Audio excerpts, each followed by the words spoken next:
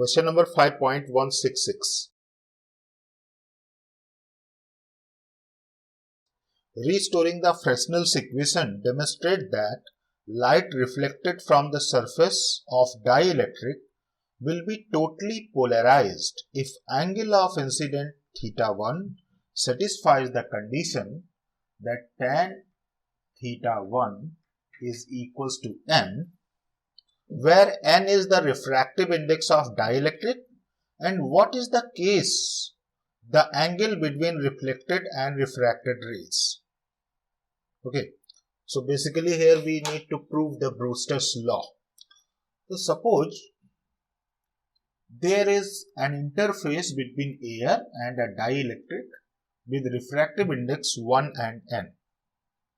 So whenever a light falls on this surface, then there will be field vectors which are vibrating transversely to the incoming wave.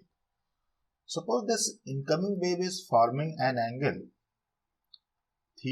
incoming ray basically forming an angle with θ1 with the normal, and after refraction it is making an angle θ2, and there is some reflected part that will also make angle θ1, right?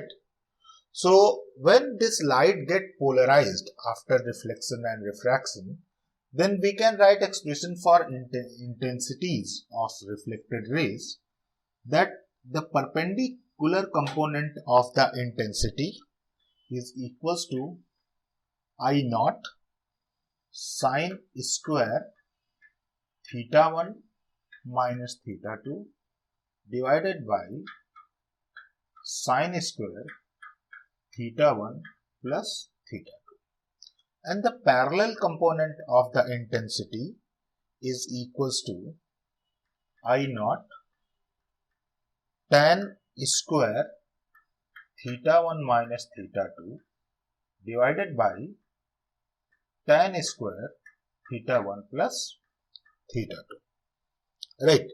So for complete polarization, okay, that if we consider that reflected ray is totally polarized in one direction, that is perpendicular to the surface, then this component I double dash must be equals to 0.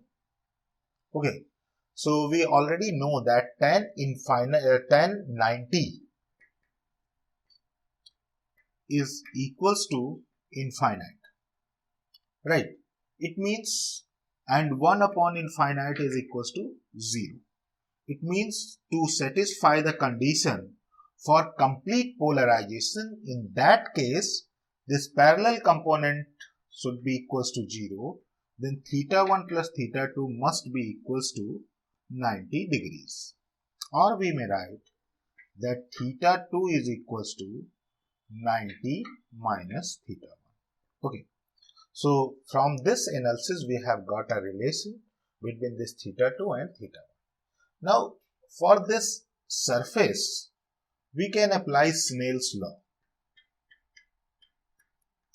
Snell's law states that the ratio of sin θ1 to sin θ2 is equals to n over 1.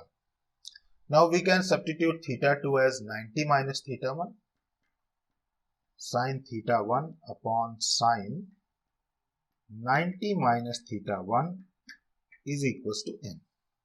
And from concept of trigonometry we know that sin 90 minus θ1 is equals to cos θ1.